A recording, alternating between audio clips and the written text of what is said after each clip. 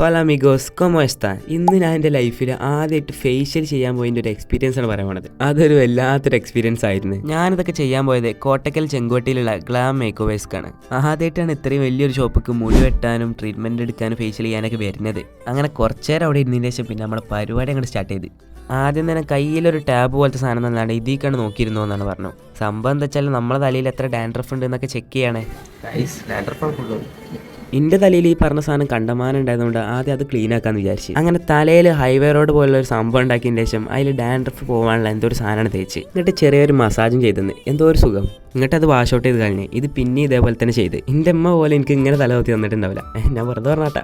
അങ്ങനെ അതങ്ങോട്ട് ക്ലീനായി. ഇനി മുടി വെട്ടൽ ചടങ്ങ്. അങ്ങനെ മുടി വെട്ടി അവസാനം ഇങ്ങനെയുള്ള മുടി ഞാൻ ഇങ്ങനെ ആക്കി. ഇതാണ് നമ്മളെ മുടി വെട്ടി തന്ന ബായി. ഇനി പ്രശ്നം എന്താ വെച്ചാൽ അങ്ങനെ മുടി ഇങ്ങനെ ആക്കും. അതിന്റെ ഇതിങ്ങനെ ആക്കാൻ പറ്റൂല. ഇത് ശരിക്കും വെട്ടിന് മെയിനായിട്ട് ഒരു റീസൺ ഉണ്ട്. അത് ഇപ്പൊ പറയാൻ പറ്റില്ല, പിന്നെ പറയാം. അടുത്തത് ഫേഷ്യൽ. ഇനി ഇറങ്ങി വരുമ്പോ അലിച്ചൂസാവും. അങ്ങനെ ഫേഷ്യൽ ചെയ്യാനാണ് സ്റ്റാർട്ട് ചെയ്ത്. പഠിച്ചോനെ എന്തൊക്കെ സാധനങ്ങളെ മുഖത്ത് തേച്ചെന്ന് തേച്ച ആൾക്കും പഠിച്ചോന് മാത്രമേ അറിയുള്ളൂ. അല്ല പിന്നെ ഇത് പഠിച്ചവർക്കും അറിയും. എന്തായാലും എനിക്കൊന്നും അറിയില്ല. ഈ സാധനം മുഖത്തുള്ള വൈറ്റ് ഹെഡ്സ് റിമൂവ് ചെയ്യാനെന്ന് മനസ്സിലായി. ഈ സാധനം ചെയ്തപ്പോൾ നല്ല രസമുണ്ടായിരുന്നു. ഇത് ഭയങ്കര തണുപ്പ്.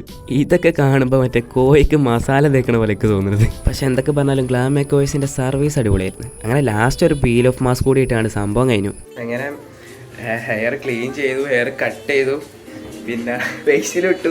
ഇനി ഒരു പെണ്ണുംപാടി കെട്ടിയാൽ മതി.